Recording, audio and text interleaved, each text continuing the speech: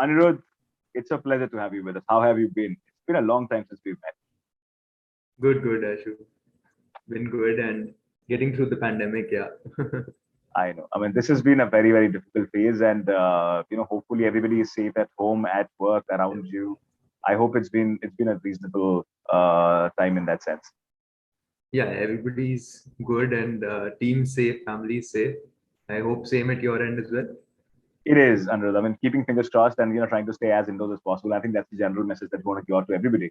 That stay safe, stay indoors as much, right? I think this has been a difficult time. But Anirudh, this is a great discussion, right? And I think I've been thinking about this discussion. I've actually been looking forward to this discussion, right? Given what has happened in the edutech sector, right?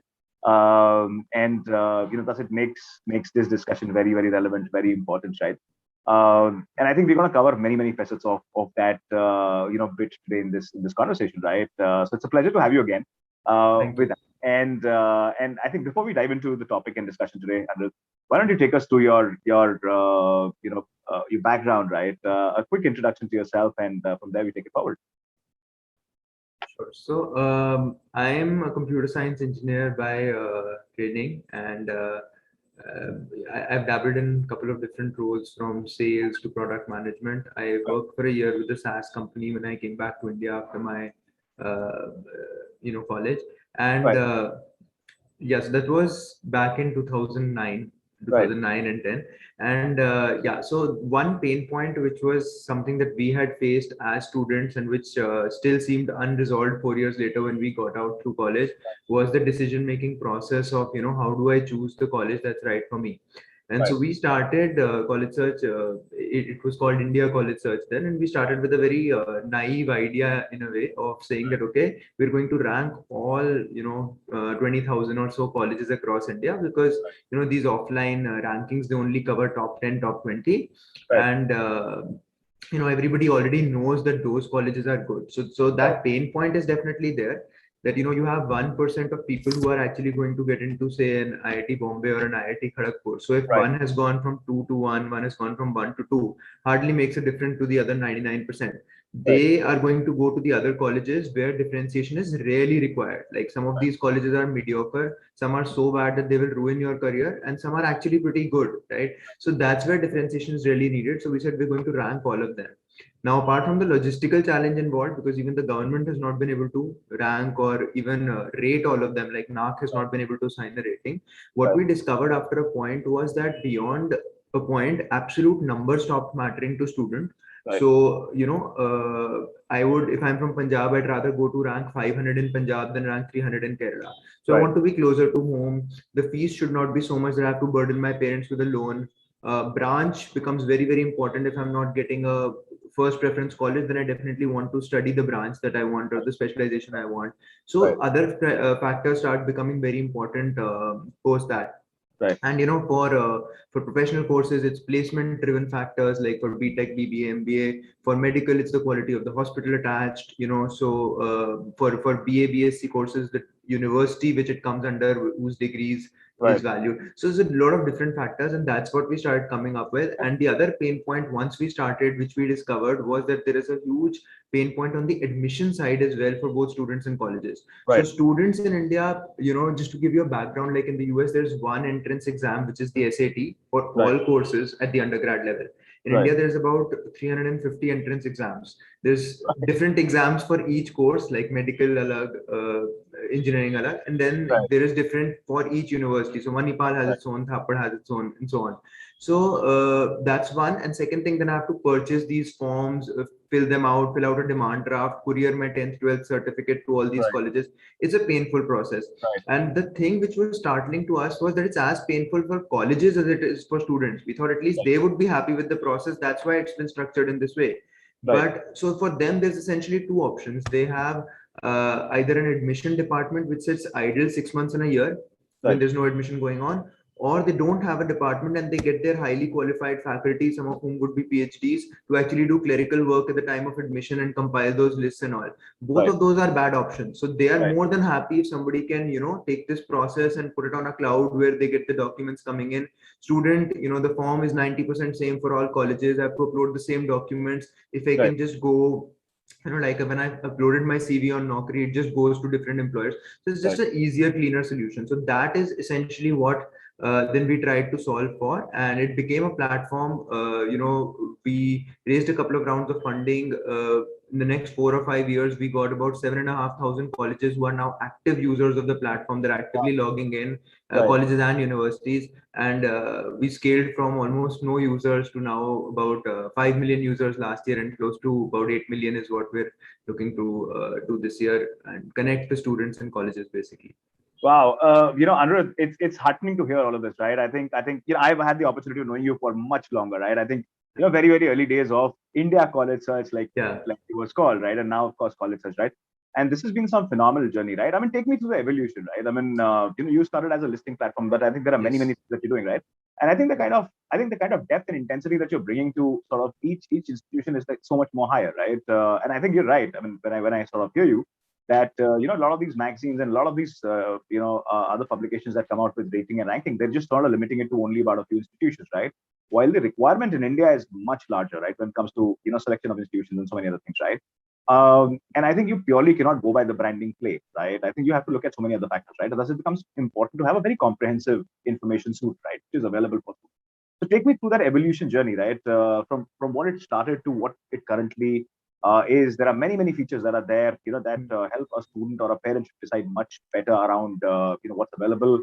Prioritize in terms of their understanding of how they want to build that career, right? Hmm. Hmm. And Hmm. it's become more of a stakeholder platform, right? For Yeah. many many people, right? So tell me a little about the evolution process that say India College Search went through and now College Search does.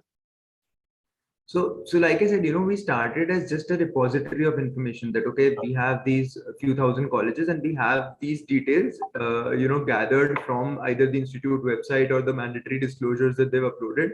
Sure. And, we're just presenting it in a simpler form so that you don't have to go to tens of different websites. You Right. can actually see, or you can sort them by fees, or you can sort them by, what kind of accreditations they have and so on. Right. So that was essentially the initial idea. Okay. But like I said, colleges started being involved that, we want to add more stuff to our profile. And Right. then, a lot of them would end up adding what was essentially promotional content. So we had to start moderating that and say Right. that, no, this is not what is relevant to a decision maker. Your vision, your mission, your events that are happening on campus is not what is going to help me decide which is the right college. Right. There is very specific information that actually helps that. So it became that tussle as well of moderating content, as well as Sure. we didn't want to be the sole originators of content, because we could never keep up with, how the fees was changing year on year, how the intake was changing. So we wanted colleges to add in information, but we Right. wanted to have the final say on moderation as well. Sure. And the essence of all of this is trust. Does the student trust the information which is coming out? Right. And then we figured out one of the most important aspects of trust, more than any ranking or we as a platform could provide, was students who had already studied there. So essentially Sure. reviews, right? So Right. alumni reviews. The level of trust in a college review is much higher than what you would have in a hotel or a restaurant review, because not somebody would experience it for one day or one meal. There's somebody Right. who stayed there for 4 years. So you Right. have a lot of trust when they say that, this is what I found the hostel life to be like, this is what I found clubs and societies to be like, this is Sure. what I found placement to be like. And Right. these people, and again, we try to capture very granular information. So if the college is claiming X placement, Right. but an alumni, and we have 20 alumni reviews who are actually disclosing that this is the salary I got placed at and this is the company I got placed at. Right. So that brings a lot of transparency, that the student knows that, okay, the college is claiming this salary, Right. but this is what the alumni are saying they actually got and at these companies. And in the Right. process, then we build up ratings for recruiters as well, that how Right. do they like the recruiters. And also admission difficulty gets rated, that if the college is saying this is my cutoff, but the Right. student is saying I got admitted on the basis of this exam and I scored this percentage. So again, we have user generated kind of cutoffs as well as placement data as well. So that kind of stuff really helps the decision making process. As well as now, obviously, since last year, one thing which we're working on is also to get conversations on the platform. So till Right. now, even though it was a platform, it was very much like, you have to apply to a college, then get a response, or you have to read the review. So it was not personal in terms of conversations. Right. From last year onwards, what is happening is that the students are able to ask queries to colleges who are responding to them, and they're Right. also able to ask queries to alumni.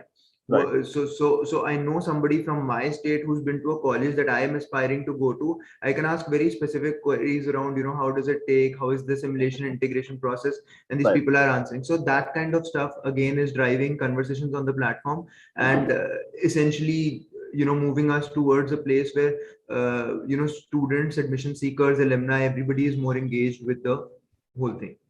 Interesting. Anirudh, typically what happens is that, I mean, this the entire rating and ranking, and I'm kind of harping on this a little more, is that it's a cyclical, activity, right? So you essentially land up doing it once in a year, right? And typically, these rating and rankings come out and all that, right? I think what you're doing, and I think now essentially what is happening is the entire admission process is kind of now changing, right? I think it's becoming a lot more dynamic. There are many courses that are getting offered, right, which are not necessarily only yearly in nature, right? Colleges want to engage it across many levels, right? Now, what that and I think the common denominator across all of these conversations is that there is a better placement opportunity, right? So you're going to get placed better, with many companies coming in and so on and so forth, right? Now, what that means is that this is a more dynamic environment that an institution is sort of in, and it's basically offering that essentially that stuff to the student, right? How does the process work, right? I mean, are you a cyclical process? Were you doing it, say, every quarter, or say biannually, or once in a year? I mean, or is this a dynamic process, right? That every single time there is a certain interaction that happens, there is an effect on for example, the methodology of kind of saying this is a better institution vis-a-vis the other one, or more responsive, or has been more agile in terms of say, placements, building partnerships, so on and so forth, right? Tell me a little more about that bit. Yeah, I mean, so rating obviously on our platform changes daily, right? If 5 new reviews get added, and 3 of them are accepted as genuine reviews, for example, that are actually written by students in an unbiased way. So all those 3 ratings actually affect the rating of the particular college. So it changes day to day. So there are cases where a college had very good placements, and then for the last couple of years it hasn't, and that's been visible in the ratings. In fact, so we've been doing, we haven't done it last year, but in 17, 18, and 19, we did, and we will probably do it this year. We did something end of year called Students' Choice Awards. So, which is based on all the reviews added that particular year for that college. So it doesn't take into account historical data, and around factors like which colleges have the best startup incubators, which colleges have the best industry connect, which colleges have the best faculty, so these kind of categories. And again, very interesting winners. And we had most top colleges. So we had IITs participate, we had most of the IM. We had a total of about 5,000 colleges who wanted to enter. We finally chose 1,000, and about 100 odd finally got some award or the other. So we had, award for beautiful campus and all of that. So we had a lot of NIFTs, NALSAR, so all streams basically. And the students were basically rating their own college based on their experience, and it was awarded from that. Very interesting. Anirudh, as a platform, you've evolved, right? From what you started, many features that you kind of built, right? Essentially, what is also happening is that now there is everybody is essentially going out and offering a platform solution, right? What are some of the things that you've added, right? I think COVID has been a very interesting time where education institutions have not been able to conduct any physical activities, any like they used to do, right? A lot of they would set out teams, and then they would basically aggregate students, and eventually these students will apply. So there's a huge process around it, right? The admissions process, right? What are some of the things that you've done around COVID, right? Because this has essentially meant that everything that they did around getting new admissions, which is a very key criteria for any education institution, and I think you have a very bigger role to play. What are some of the things that you've done to essentially enable these institutions to go online and then communicate with many students, right? What are some of the features that you've added, right? So essentially, these are interactive features. So like earlier, like I said, the college was adding either content which was very factual in nature, that these are the seats, this is the fees, this is the infrastructure, photos, etc., Right. or they were trying to, like I said, add promotional content, which we clamped down upon. But now essentially they are able to use they're able to post content. So Right. if suppose there is a faculty member who's done something interesting, they can come and talk about that. If they have a formula cart out there, so we've got some very interesting content. So there was a law school recently which had a moot law session. They posted that. There was another institute which had a coding challenge organized by Microsoft. It was very vibrant. It was an all-nighter kind of environment. People are coding, so Right. they posted a video of that. There was so NIFT did a fashion show. They posted a very interesting video around that, which got a lot of Right. engagement. So Right. this kind of stuff which colleges are doing, and they do this stuff year round. Right. And in COVID, it's a lot of online events also that they're conducting, and a lot of interaction sessions from faculty who are thought leaders in their particular domain. So they're posting that kind of content and getting a lot of response from students. At the same time, like I said, the alumni or the influencers or even other students are getting traction. So we've allowed them to follow each other, interact with each other. So what we're seeing is, that if a student has built an interesting wish list which they Right. try to make publicly available, that okay, I actually did the research and I've compiled this list of colleges where, if you have suppose a Maharashtra CET score of this much, and Right. so above that, these are the best colleges, which I've ranked in order of whatever are these criteria, and they Right. publish that wish list. So that itself is getting a lot of shares, and that student is getting followers, and then people are asking them questions and interacting with them. So interactivity has been something which we've added in the last 18 months or so, Right. and that essentially has increased the usage frequency. So the interesting insight we had was that, that students are a lot more engaged than most other categories of, listing. So if you look at for example, real estate or matrimonials, I don't identify as, I am a home buyer or I am a prospective groom, right? But Right. as a 11th or 12th class student, I do, if you ask me what I'm doing or who I am, I'll say I'm a aspiring engineer, right? So Right. that is the level of association with the category. So with that level of association, the student is doing something or the other related to this, maybe twice a week, thrice a week, right? Right. So either they're looking for some particular information on some exam, or they're looking for some feedback, what are other people scoring in mock tests, where do I Right. place, who can I ask? So that kind of stuff is basically the focus that keeps the student engaged, and kind of solves all these things for them in that 1 or 2 years. Interesting. Anirudh, give me a sense of, what is the current traffic that you're doing? I mean, and I think the numbers grown, I mean, this is something that we discussed, right? Yeah.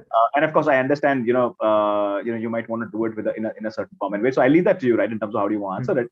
But I'd love to know about, what's been the traction last 1 year, what has been the traction, right? Because, I think that's been a very, very pivotal year, right? I think 2020 has been a very key year in that sense, right? Because, I think everything that happened in the education ecosystem, right, which was, while rating and ranking was something which was done online, right? There was a lot of review which was happening. There was a lot of communication which was happening, right? But I think this is essentially made education institutions take a step back and then kind of re-visualize how they want to engage with the student of the future, right? Tell me more about the numbers, right? And I would love to then dig in a little further into some of the other features that you're building and so on and so forth, right? But what have been the numbers like in the last? So like pre-pandemic 2019, if I take it, like we were doing about 3.5 million unique users every year. Uh, and we were growing at about maybe 20-30%. So last year, pandemic accelerated that to about 50 odd percent growth, and we got to about 5 million users. And this year, we're seeing about 60 odd percent growth, and we'll on track for about 8 million users this year. So Right. slightly more than doubled in last 2 years is since the pandemic. And the other way that we like to define it internally is as a user market share.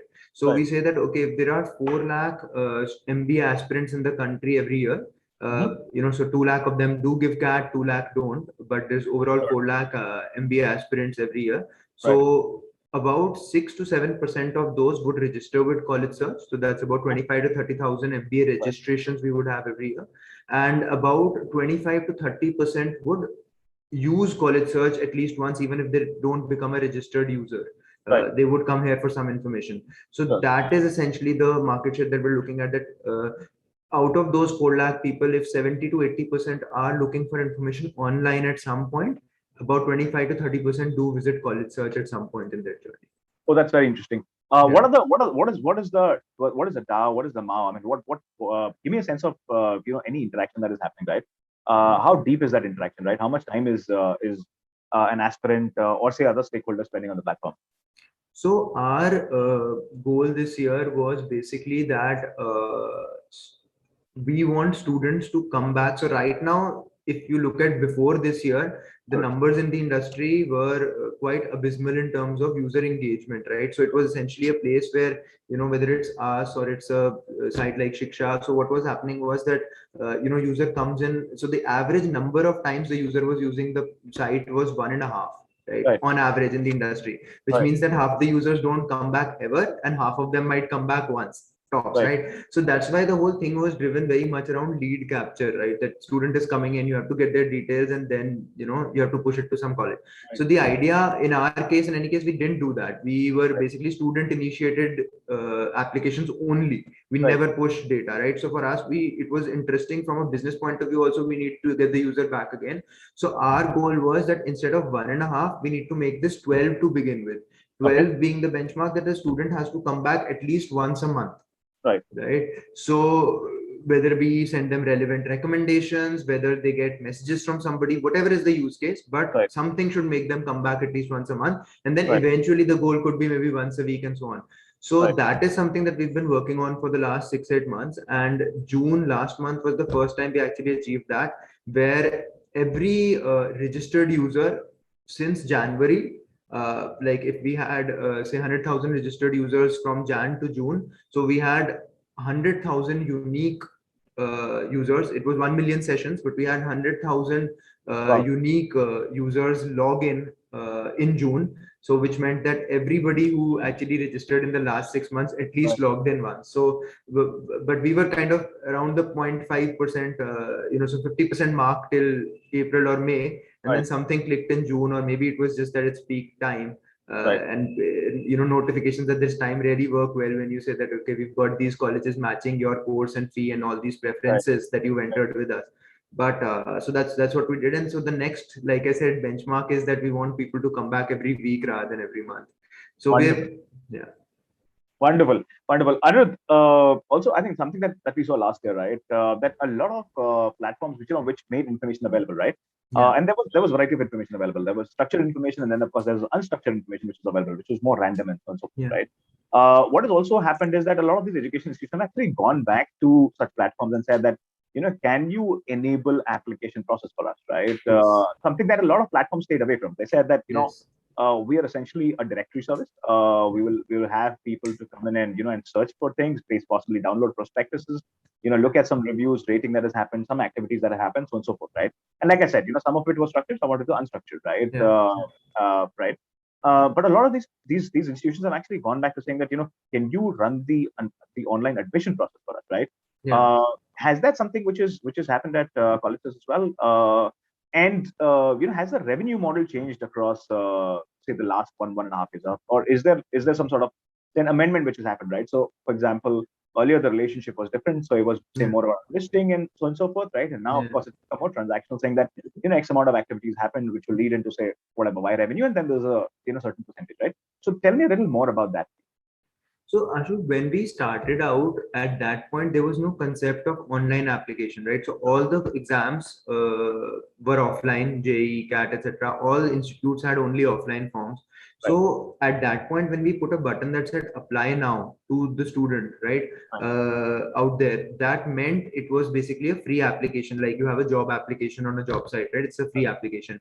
But over the years, as that changed, people actually thought that apply now means I would be paying my application fee online and applying online on the institute websites. That's what it started to mean. So we also had to kind of evolve with that even pre-COVID and say that, okay, this is not really an application. It's more of an inquiry. So it's like a request or a query that you're putting in. It's not really. So that terminology had changed. And we were actually the first ones to launch a, plug and play product for colleges where they could basically customize the fields in their form, what documents they want, put in a form piece, and within 24 hours, they'll be accepting online forms via us, right? So that part got accelerated a lot in COVID, right? So we processed online application forms for a bunch of universities, right? So we used to do those free applications which were in lakhs, like we'd be processing 500,000 applications a year or something, but those were Right. not paid. So in terms of transactions, the volume was obviously much lower, but we were doing it for a lot of colleges as a pilot and a lot of the larger universities. But what we've also realized is that it's a tricky space to be in. Right. So luckily we didn't shift our revenue model around that we're going to charge for the application form transaction. It's still the same model in terms of revenue, which is ad driven and visibility, online marketing driven. Right. So because one thing which we realized after going into deep in the space was that unlike say other categories, like if I'm a travel player like hotels.com or Right. Expedia or something, and I am trying to create so what they try to do is when you're on a particular hotel, they try to get you to book ASAP, that Right. so many bookings have happened recently, or it has such a good rating, or it's a really high rated room or something. Right. So and even if they appear biased, people don't really care. They're trying to get the booking, they're trying to say the best thing about this so that I just book it right now. Right. That is very tricky with a college. If I try to get the user to complete the transaction and in the process appear biased, that I want them to apply to this college because I am getting some cut or commission from this, the user will become very skeptical about my credentials as an unbiased platform. Right. So while we want to ease this process that you can apply to multiple colleges from one platform without having to redo the Right. form every time and Right. re-upload your mark sheets, we have to be very careful not to prompt them and say apply to this college. We should never be seen to say that you apply to this college, because Right. those models have come in fact, beyond application, there are a lot of models that have come in and raised actually good amounts of money, Right. which are essentially admission consultant models, which Right. say that I'm going to sell this student to the highest bidder. If college A is paying me 50,000 and college B is paying me 20,000, I'm Right. going to get the students any which way to get to college A because I'll get a 50,000 cut. But I think that's a very scary model.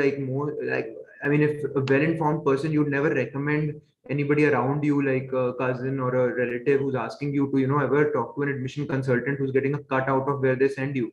You'd, tell them that, do your own research, weigh the pros and cons of each college, make an informed decision yourself.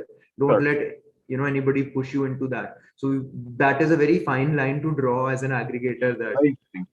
I think that's a very interesting point that I've highlighted, and I think what I particularly like is that you're not getting stuck in that transactional fee, right? Yeah. And I think there is a I personally have a logic around it, right? And I think the value of a business starts to be looked at differently. As soon as you shift that metric from, for example, say a discovery metric to a transactional metric, right? And I think it's a tough call for businesses to sort of take, right? Because there's constantly this temptation that we're doing this much, and I think this is a lot of storytelling which is happening around the fundraise bit, right? That this is the engagement that we've built, and this is how possibly it could translate into transaction, right? Yeah. Which might happen and might not happen. So I think there's a very astute thought process that I see in what you're saying, right? And not digressing from your core model, which I think is very, very interesting. But Anirudh, has there been You won't believe, Ashu, the number of VCs who have told us that, this is essentially classifieds. Classifieds is passe. Can't we do a transactional play here? Transactional is way cooler right now. And we're like, we're not saying we don't want to do transactions, but I mean, you put it perfectly. Discovery, has a value add all its own. So if some right, platform is helping me discover the right college, there is right. serious value add there, irrespective of There whether I'm was processing my application form. there was a very interesting incident that happened about a few years back, right? And a discovery, an exercise which was basically done for discovery, right, chose to move into a direction of transaction, right? And while discovery they did like a million, people traffic, right, in just about a 3-4 day time span. When it came to transaction, it just qualified it to 10-15 leads, right? Which Yeah. essentially meant, and I think that was a big blunder that happened on that particular platform. And anyway, I think it's a No, discussion but for a even different the day. But people who it's have a very been good discussion. very successful at shifting. So Zomato initially had no option to order online Mhm. or book a table or anything. So they experimented with transactions.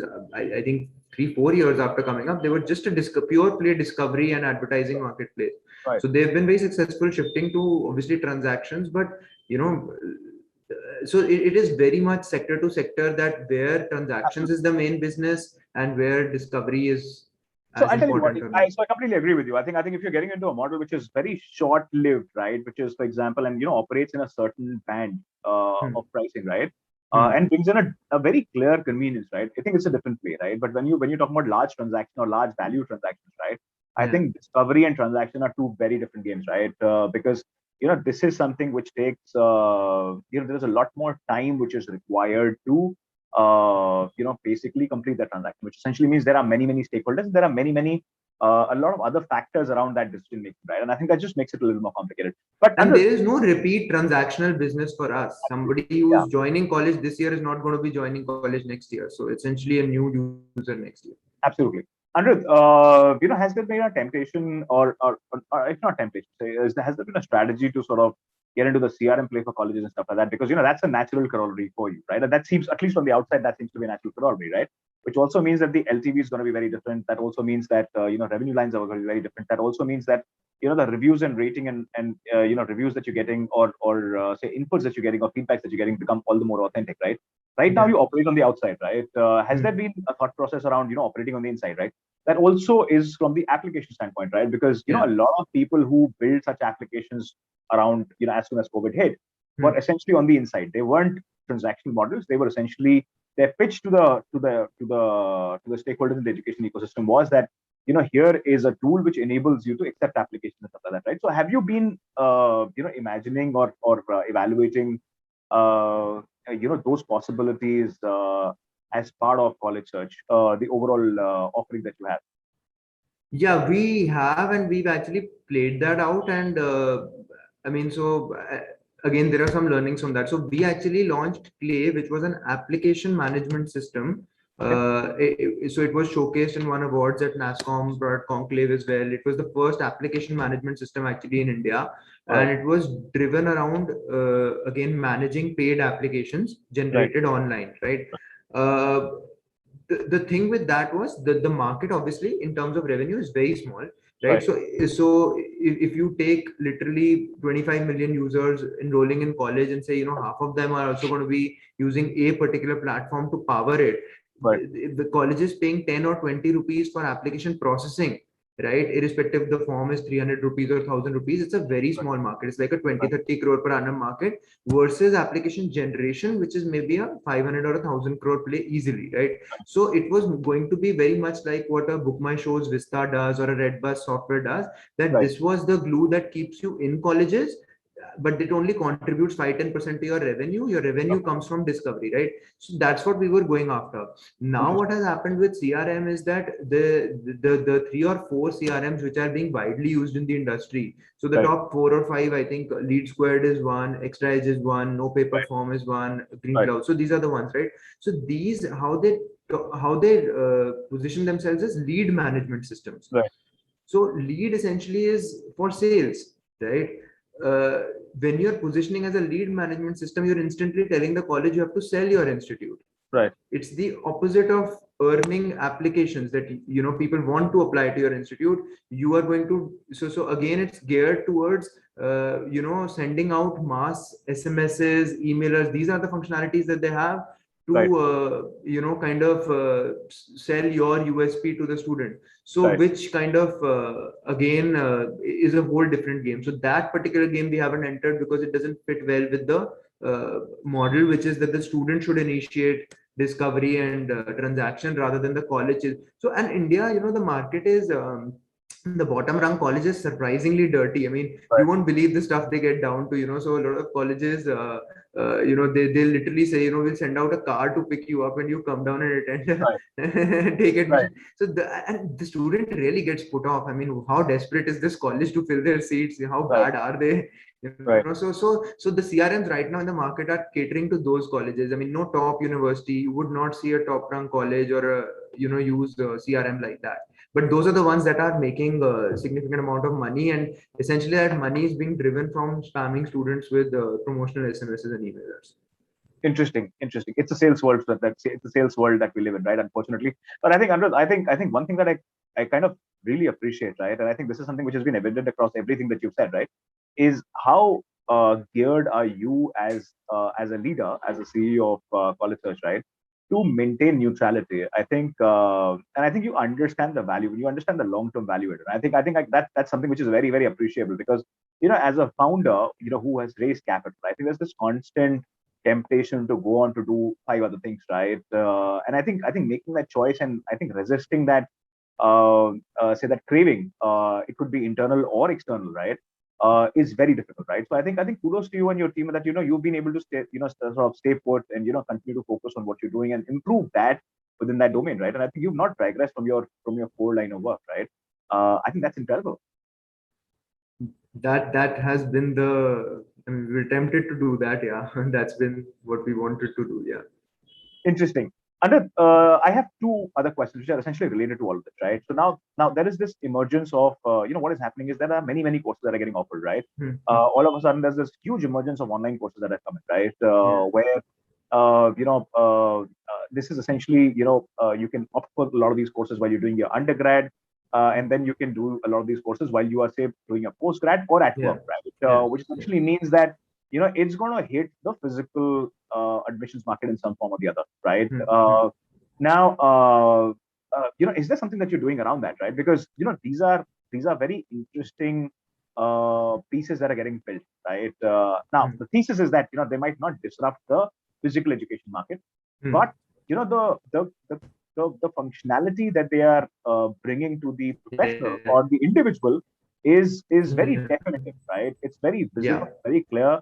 The output is very, very clear, right? Do you think, I mean, how do you see this coexistence come together, right? And is there something that you're doing around that as well on college system? And so is this something where you are getting into pieces where, there is information which is available on a lot of many courses that are there, right? So tell me a little more about that. Yeah, no, like you said, Ashu, I think I completely agree. There's a lot of value add that these courses bring in terms of, the skill set which the candidate has when they're sitting for the interview. So, a lot of those additional skill sets they get from these courses.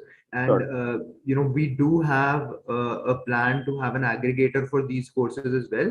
But again, like you said, what we see of them is not as a threat to, colleges and universities, but as a add-on which could be either directly to the students as a B2C play, or they could even use the kind of ecosystem that the colleges and universities have created and go via them. That, we're going to do this for all your students. We're going to teach all your computer science students Ruby on Rails or Node.js or something. So they could go B2B2C on that. And I mean, it will be complementary.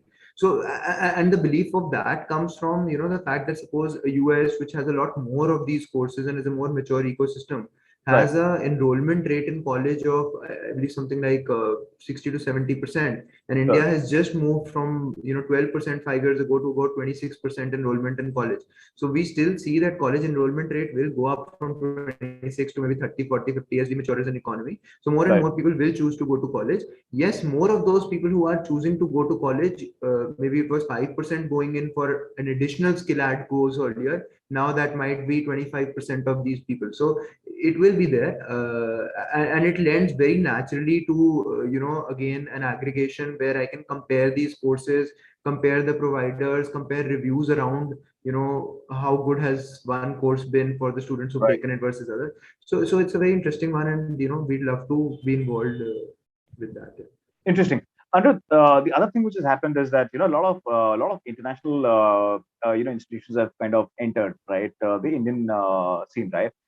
They're either doing it independently or they're coming through a partner, right, and they're offering a lot of these courses, right, and of course a lot of them are essentially it's like an alibi, right, where you can't sort of say travel abroad, you can pursue the same course here and stuff like that, right, which is also in a way competing for the same segment, right? Right? Vis-a-vis that. What are your thoughts about that? I mean, how do you see that play out? See, the good thing, in my opinion, these partnerships that are happening, because beyond the top tier or maybe the top 200 or 300 colleges in India, quality is a huge issue. The quality of colleges. So if they tie up with some of these colleges in more advanced economies who have a larger kind of history and pedagogy of learning. So they will actually gain immensely from that. And further on, post COVID, if they actually have exchange programs, etc., that will really broaden the horizons of students. Small towner coming into college, then Right. doing a year abroad, completely changes the worldview. And Interesting. Andrew, there is a massive, set of students who from India travel every year to many, many foreign universities, right? Earlier, it used to be the trend used to be largely focused towards US, and now, of course, it's about a lot of European countries that many, many students are traveling to, right? And these are full-time courses, right? And I think even yep. even Singapore, for that matter, Hong Kong, I think these are pockets that are kind of picking up. Manila again was something which was which was doing reasonably okay on that entire thing, right?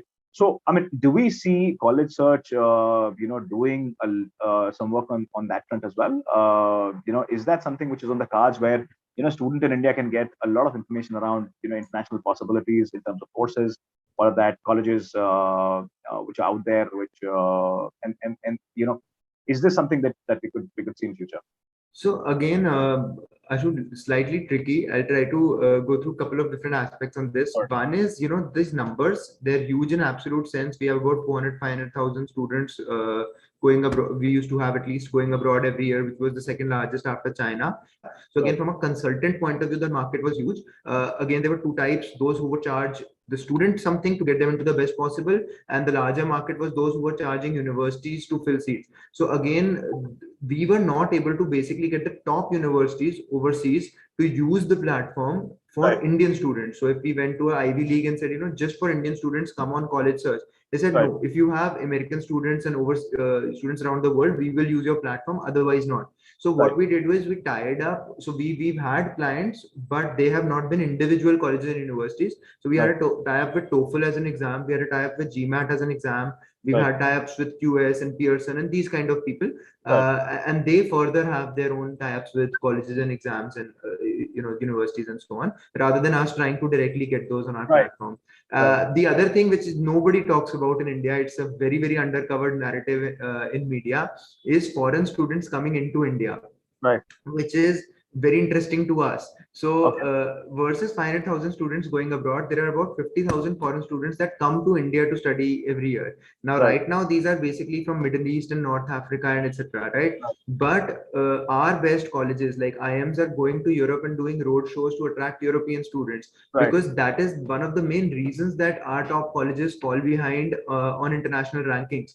right, That versus a Harvard, which has students from 120 nationalities, IITs and IIMs just don't, right? right, So to create that student diversity on campus, they are trying to go and say to the world that we're offering a fairly decent education right, at a very competitive price point when you look at it in dollars and euros. So why don't you right. come and study in India? So we've been partnering with a lot of these colleges around that, because we have audience from 32 countries using College Search. Interesting. Uh, right, and we have applicants coming in from a lot of different countries. So yeah, so we also want to kind of focus on that of getting, we have a huge capacity in our educational ecosystem, but Absolutely. for the quality there should be no reason for Indian students to have to go abroad. They only go abroad because there's not enough quality colleges available in India, and if that can change, then we can attract students rather than. I think that's a very interesting point that you've highlighted, Anirudh. And I think that's a I mean, given the kind of engine that we are, right, from a consumption standpoint, and I think the kind of complexities that we have, you'll have to have, I think we have to have students who come in and sort of try and comprehend, the Indian market, right, and I think possibly explore, building a career for a market which is so large, right. I think which is I think which is going to give a very continuous opportunity, right? Vis-a-vis many, many markets, right? So, for example, China is aging. I think, Yeah. US is aging, Europe is aging. I think these are markets which are aging, right? While, of course, they have higher ARPUs and stuff like that, right? But they don't offer the kind of density, right? And I think now that the capital is now coming into India in the way that we're kind of seeing, I think that could be a phenomenal opportunity. And I think I completely understand that Indian education institutions have a very big role to actually go out and talk a little more and attract such talent to come in and be part of the the India story in that sense. Yeah. Yeah. Interesting. Anirudh, I'm going to take a step back, right?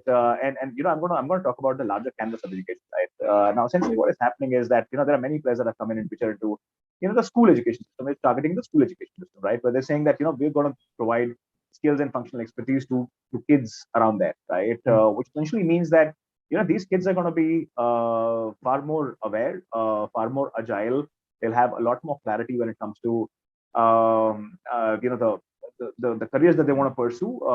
Right, a lot of that is already happening, and maybe some of them will join workforces very early on. Right, they might not go through a formal education process. Right, and this is something which is being talked about a lot. Right, there is nothing definitive around it. Right, I think we're still to see that entire wave come through.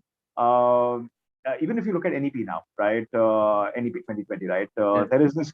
I think it's trying to democratize education. It's trying to make education very, Yeah. very functional, right? From being Yeah. regimental, it's essentially moving in that zone where it's saying Yeah. that you have to they do a startup or Yeah. you basically pursue certain electives that interest you. So it's a very evolved form of. It's flexible and it places the student at the center basically of the experience rather than placing the institute at the center.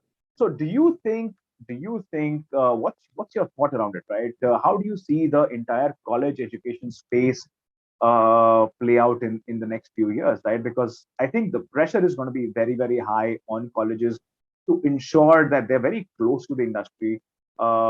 They understand the requirements of the industry. I think they'll not have the possibility that they enjoyed, right? Of operating in a certain silo, and then of course there was a lag, right?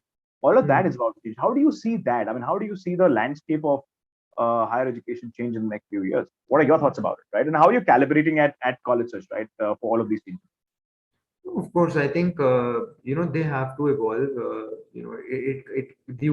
Nothing can continue in the same way. Change is Sure. inevitable. They have to change. They have to evolve. Like you said, they have to get closer linked to industry and closer linked to what's happening. They have to contribute a lot more research. In India, very little research comes out of higher education institutions. We don't Right. have any Nobel Prize winners. We don't have any researchers like other countries do. So we need to have a lot more of that. But and like you said, some colleges will be able to make that transition and actually benefit from it, those who are thinking about it in the right way, and some won't. But that's true of any industry where some people are able to do well and some don't, Right. right? But I don't see college as a whole. Like I said, I only see the enrollment ratio of college going up. Right. If 1 out of 4 students in India joins college right now, I don't see that dropping lower, because what they learned at college, that is, I mean, there's a tectonic shift happening not just in India but globally, in Right. terms of what college education is supposed to deliver to the student. Mm-hmm. Real world practical stuff. There's a huge focus on internships, on industry linkages. Visiting faculties from industry are a relatively recent phenomena, like last 10, 20 years, and it's been growing exponentially. So that Right. kind of stuff, obviously, yeah. Interesting. Anirudh, what's the next? I think 5 years is too long, right? But what's the next 2 years like for CollegeSearch, right? What excites you, right? What's keeping you awake? What are the next 2 years like? So, like I said, our focus initially, obviously, is to in the Indian market itself, go deeper into the student psyche. Like I said, they're very involved in this particular part during those years. We want them to keep coming back on a very regular basis, be engaged. Open the app on a regular basis, interact with other students, etc. Yeah, in the long term, it is a model which is very, very logistics light. So it lends itself to actually geographical expansion as well, which is why we dropped the India. That if we have to start up in a new geography like in Indonesia or say Brazil or something, which needs college selection, has a lot of colleges or something, Right. or even a developed market like the US or Europe, we have an understanding of what is the stuff that the student is looking at from a decision making point of view. There is no logistics, there is nothing to deliver or no feet on the street required. Without having a team in that country, we can start up. Right. The students will be from there, the college can be from there, and we don't need to actually even have an office there. So it's very scalable. Like TripAdvisor doesn't have an office in most countries where they operate. So it's actually geographically very scalable. But first, we want to go deeper and make sure that we are adding that value to the people that are coming in already, because India is definitely going to be the largest market no matter where we go. Right. Right. Anirudh, what's your take on Bharat, right? I mean, there are many markets now that are getting, they've gotten connected, right? I think Yeah, aspiration is increasing, right? They're yeah, going to be part of the formal workforce, right? yeah, Right, and they will be actually undertaking a lot of such courses, education, formal education, and all that, right? I think that yeah. is a shift, right? What are you doing to tackle that? particular bit? I mean, what's the plan to tackle that segment in the market?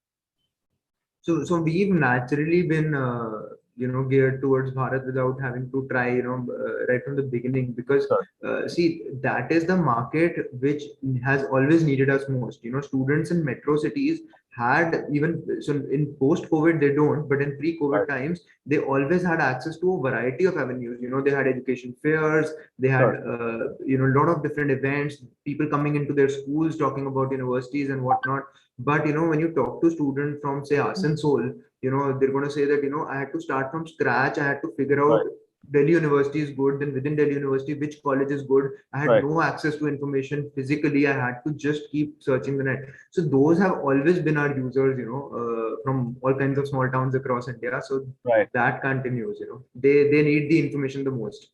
I agree. I agree. I think that's the segment which is going to really, propel us into a very, very different economy. And I think all of us are waiting for that to happen. Right? That's the new emerging consumer, right? And that's across categories, right? Across education and many, many other segments, right? Anirudh, it was a pleasure to have you with us. Thank you so much for taking the time out.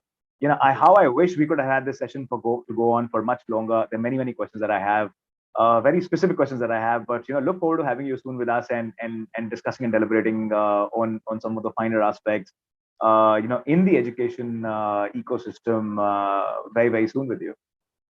Sure, Ashu. It's been a pleasure. Thanks. Thanks, Andrew. Bye.